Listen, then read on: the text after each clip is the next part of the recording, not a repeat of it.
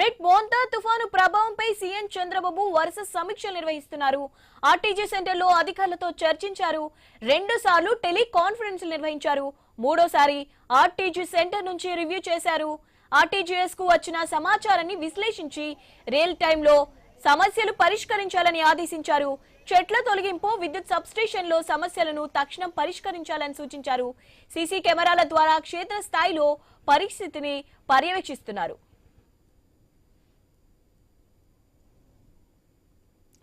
CM చంద్రబాబుతో పాటు RTGS కేంద్రంలో తుఫాను ప్రభావంపై అధికారులకు మంత్రులు నారా లోకేష్, వంగలపూడి అనిత, నారాయణ సూచనలిస్తున్నారు.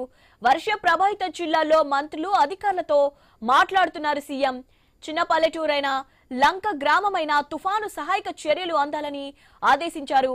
పునరావాస శిబిరాల్లో పరిస్థితిని అడిగి తెలుసుకుంటున్నారు. జిల్లాలకు వెళ్లిన మంత్రులు ప్రత్యేక అధికారులతో నిరంతరం చర్చిస్తున్నారు.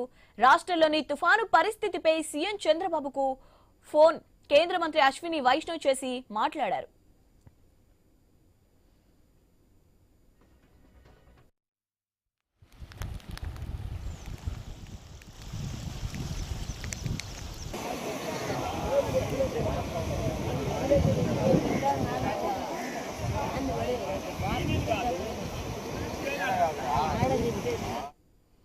మోంతా తుఫాను క్రమంగా బలహీనపడుతుంది. వచ్చే 6 గంటల్లో తీవ్ర వాయుగుండంగా మారుతుందని ఏపీ విపత్తుల నిర్వహణ సంస్థ ప్రకటించింది. దీని ప్రభావంతో ఇవాళ ఏపీలో విస్తారంగా వర్షాలు కురుస్తాయని తెలిపింది.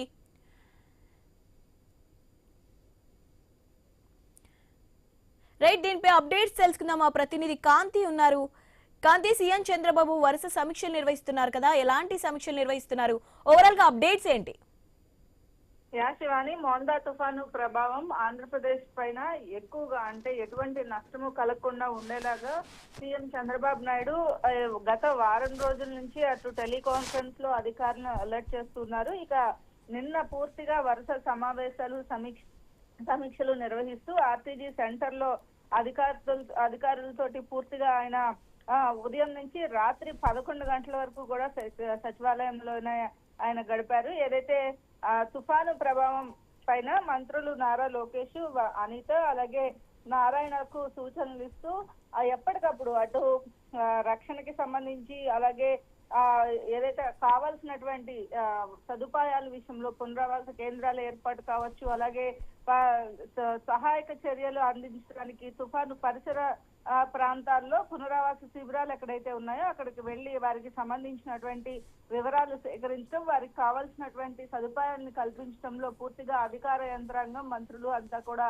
నిమగ్నమై ఉన్నారని చెప్పుకోవాలి. అయితే పూర్తిగా ఎక్కడికక్కడ భారీ తుఫానుకి, గాలికి చెట్లన్నీ కూడా విరుగు పడిపోయిన పరిస్థితి. విద్యుత్ సబ్ స్టేషన్ లో సమస్యలు ఏవైతే ఉన్నాయో వాటిలన్నింటినీ కూడా పరిష్కరించాలని కూడా సూచించడం జరిగింది. ఇక తుఫాను ప్రభావం ఏదైతే ఉందో అది క్రమంగా బలహీనపడుతుంది. ఇంకొక 6 గంటల్లో తీవ్ర వాయుగుండంగా మారుతుందని చెప్పి విపత్తు నిర్వహణ సంస్థ ప్రకటించింది. దీని ప్రభావంతో ఈ రోజు, రేపు కూడా ఏపీ వ్యాప్తంగా విస్తారంగా వర్షాలు కురుస్తాయి. ఈ నేపథ్యంలో కోస్తాంధ్రలో ఎదురుగాలులతో ప్రజలు జాగ్రత్తగా ఉండాలని, అవసరమైతే తప్ప ఇంటి నుంచి బయటికి రావద్దని కూడా సూచించడం జరిగింది. ఈ నేపథ్యంలో కాకినాడ, కోనసీమ, తూర్పు గోదావరి, పశ్చిమ గోదావరి, ప్రకాశం జిల్లాల్లో ఒక భారీ నుంచి మోస్తరు వర్షాలు పడే అవకాశం కనిపిస్తా ఉంది అని చెప్పి విపత్తు నివారణ సంస్థ చెప్పడం జరిగింది. అలాగే నెల్లూరు, కర్నూలు, నంద్యాల, అనంతపురం జిల్లాల్లో అక్కడక్కడ మోస్తరు నుంచి భారీ వర్షాలు కురిసే అవకాశం ఉంది. ఈ నేపథ్యంలో ఈ 2 రోజుల పాటు కూడా ఏదైతే